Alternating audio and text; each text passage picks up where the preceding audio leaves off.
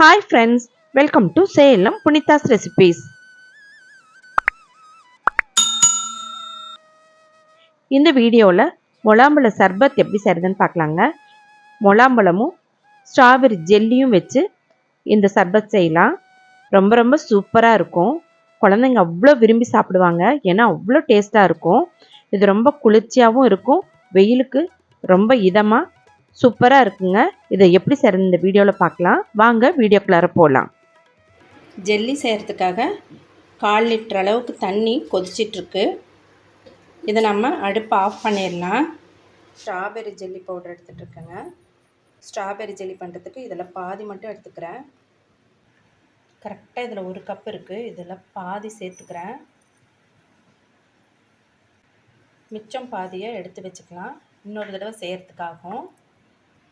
மீதி பாதியை நல்லா ஏர்டைட் பண்ணி ஃப்ரிட்ஜில் வச்சிடணும்.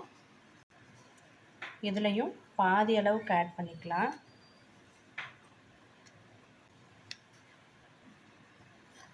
இதை நம்ம நல்லா மிக்ஸ் பண்ணிக்கலாங்க.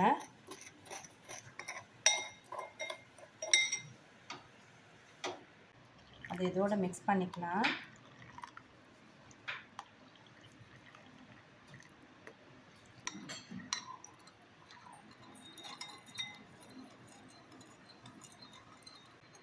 நல்லா கரைஞ்சிருச்சு.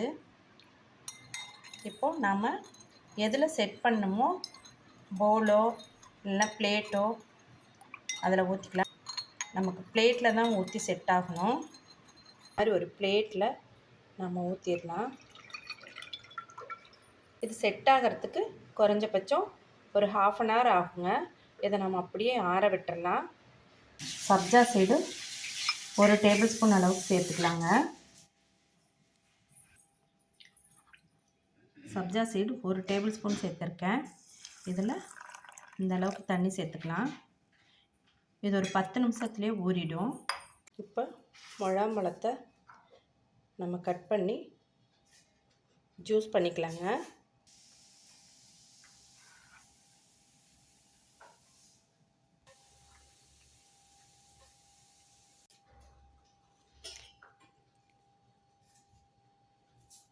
மஸ்க் மெலனை இந்த மாதிரி எடுத்தால் ஈஸியாக எடுத்துடலாங்க.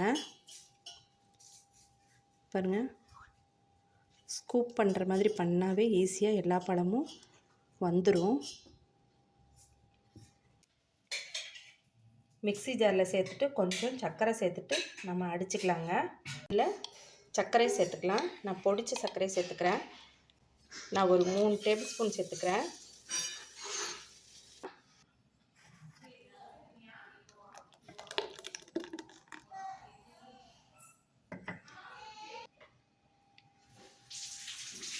இதில் பாலை கொஞ்சம் மிக்ஸ் பண்ணிக்கலாம். ஒரு சின்ன டம்ளரில் பால் எடுத்து மிக்ஸ் பண்ணியிருக்கேன். பாருங்க, சப்ஜா சீடு நல்லா ஊறிடுச்சு. அதையும் 2 டேபிள் ஸ்பூன் அளவுக்கு இதில் சேர்த்துக்கலாம். ஜெல்லி நல்லா செட் ஆகிடுச்சுங்க. பாருங்கள், இப்போ நம்ம கட் பண்ணிக்கலாங்க.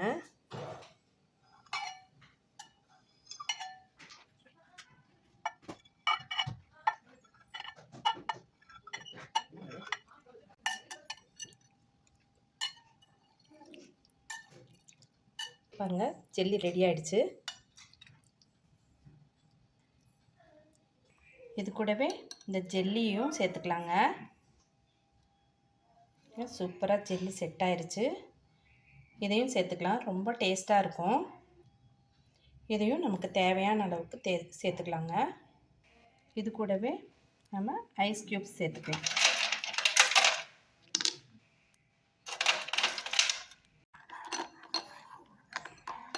எல்லா ஜெல்லியுமே இதோட சேர்த்துட்டேங்க. எல்லா சப்ஜா சீடையும் சேர்த்தாச்சு. இப்போ நல்லா கலந்துக்கலாம்.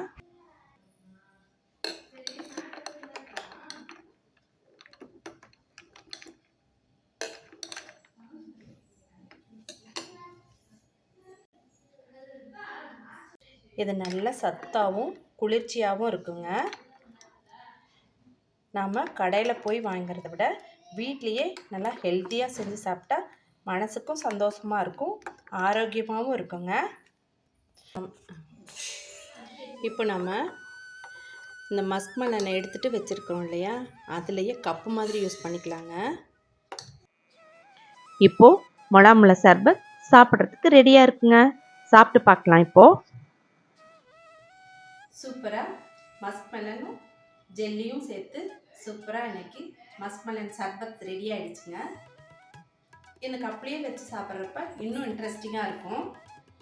இப்போது எப்படி இருக்குன்னு சாப்பிட்டு பார்க்கலாம்.